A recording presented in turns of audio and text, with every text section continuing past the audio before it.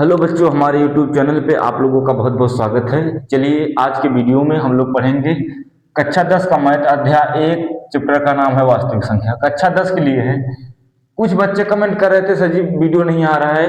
1 अप्रैल से कक्षा 10 का वीडियो रेगुलर डाला जाएगा। बस आप लोग देखिए अध्याय 1 चैप्टर क्या नाम है वास्तविक संख्या। तो हम लोग पढ़ेंगे वास्तविक संख्या पढ़ेंगे। सबसे पहले जानेंगे वास्तविक संख्या है क्या। देखते हैं वास्तविक संख्या।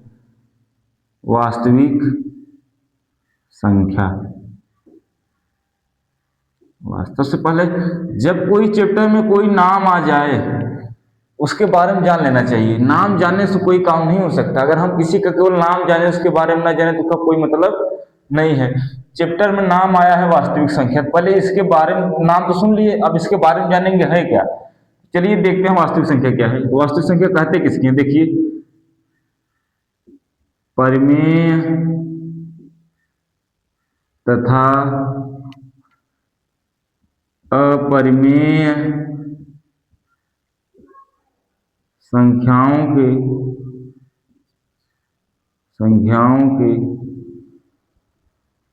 समूह को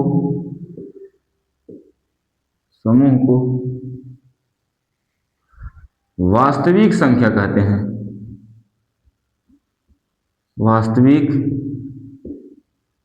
संख्या कहते हैं। देखिए इसमें बहुत डिटेल नहीं जानना है, इसके बाद जो चीज टॉपिक आएगा उसको जानना है। देखिए करे परिमेय हो गया तथा अपरिमेय संख्याओं के समूह को वास्तविक संख्या कहते हैं। समूह का मतलब होता है जब कोई चीज एक से अधिक आ जाए। अब देखिए कह रहे हैं जिसमें परिमेय संख्या भी आ जाए अपरिमेय भी संख्या आ जाए, दोनों जब एक ही में आ जाए, दोनों का समूह हो जाए, उसे क्या कहते हैं वास्तविक संख्या। परिमेय तथा अपरिमेय संख्याओं के समूह को वास्तविक संख्या कहते हैं।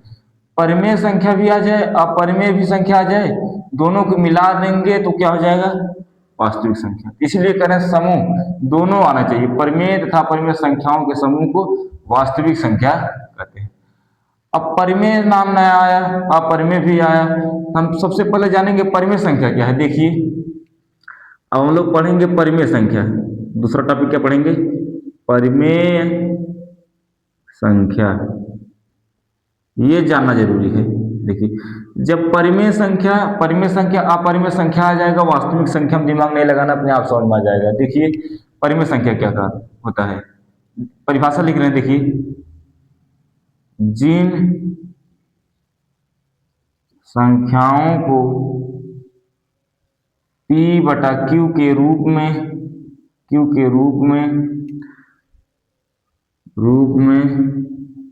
लिखा जा सके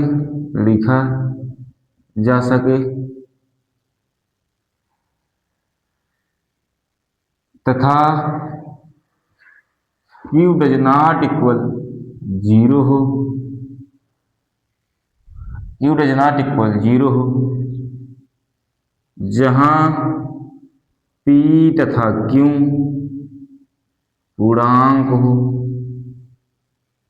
हो, परिमेय संख्या कहलाता है। अब देखिए अब इसमें है क्या, वास्तविक संख्या बता दिए, परिमेय संख्या जान जाएंगे, परिमेय संख्या के बारे में जान जाएंगे, तब अपरिमेय संख्या जानेंगे। देखिए जिन संख्याओं को P/Q के रूप में लिखा जा सके तथा Q डज नॉट इक्वल 0 हो, जहां P और Q क्या है पूर्णांक हो, परिमेय संख्या कहलाता है। जैसे देखिए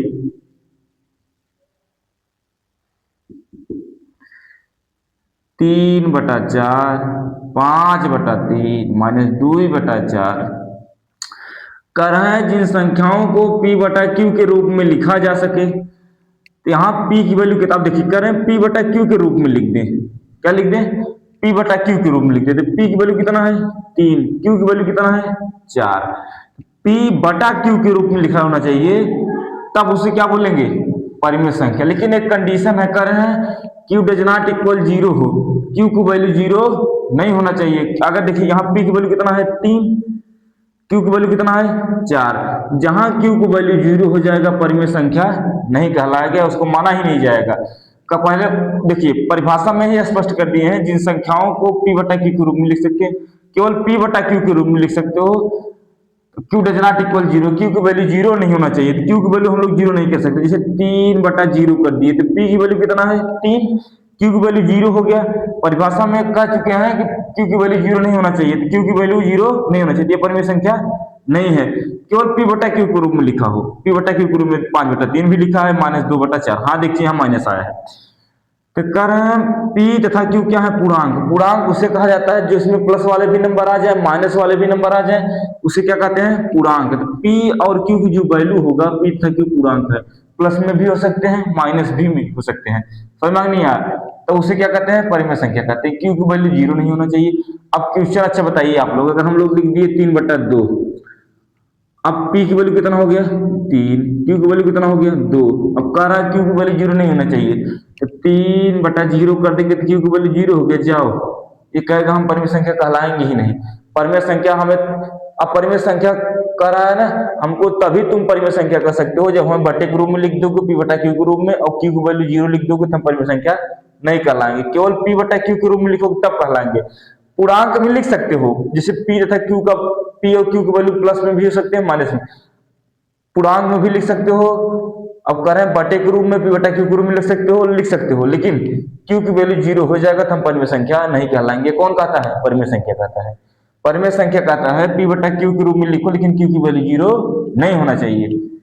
अब जैसे मान लीजिए, अब 2 लिख दिए, 3 लिख दिए, 4 लिख दिए, 6 लिख दिए, सब परिमेय संख्या है। अब पूछेंगे सर जी क्यों, अब बकलोल सब दिमाग लगाएंगे क्यों।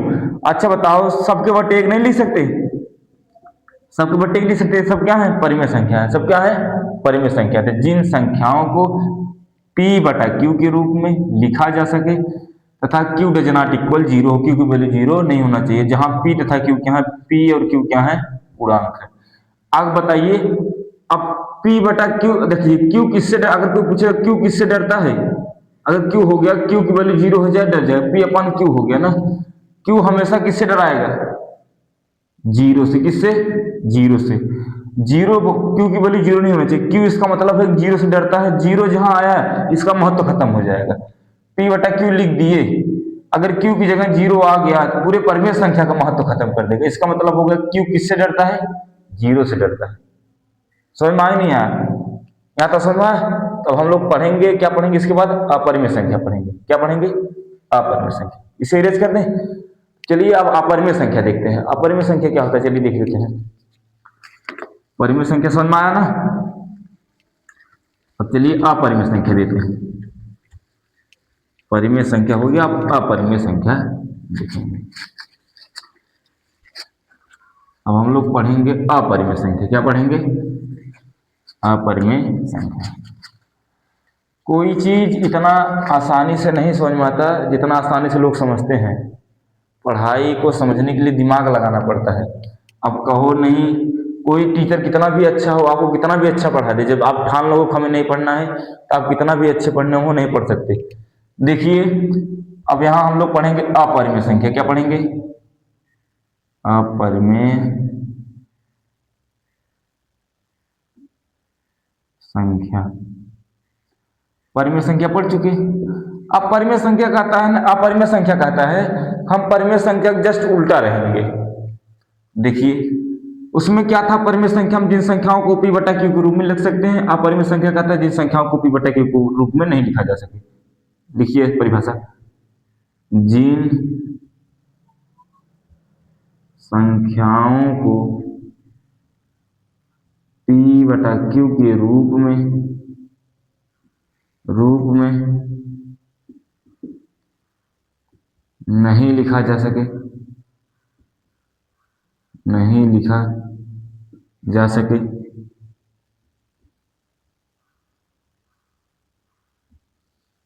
अपरिमेय संख्या कहलाता है, अपरिमेय संख्या कहलाता है। अब कह रहे हैं जिन संख्याओं को p बटा q के रूप में नहीं लिखा जा सके अपरिमेय संख्या कहलाता है। देखिए जैसे जैसे √3 हो गया, √5 हो गया, √7 हो गया, पाई हो गया, ये सब क्या है? अपरिमेय संख्या, क्योंकि ना इनके बटे के रूप में नहीं लिखा जा सकता।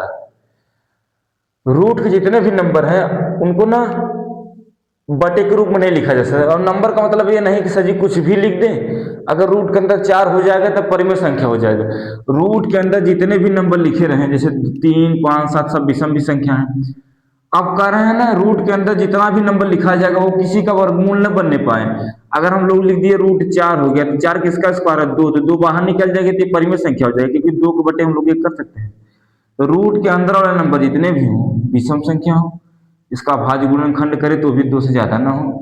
अब कह रहे हैं 3 हो गया, √3 हो, √5 हो, √7 हो, पाई, ये सब क्या है? अपरिमेय संख्या। इसी में बताया जाता था हम लोग को क्या? वास्तविक संख्या। चलिए वास्तविक संख्या देखते हैं। अभी ये सब बहुत इंपॉर्टेंट नहीं।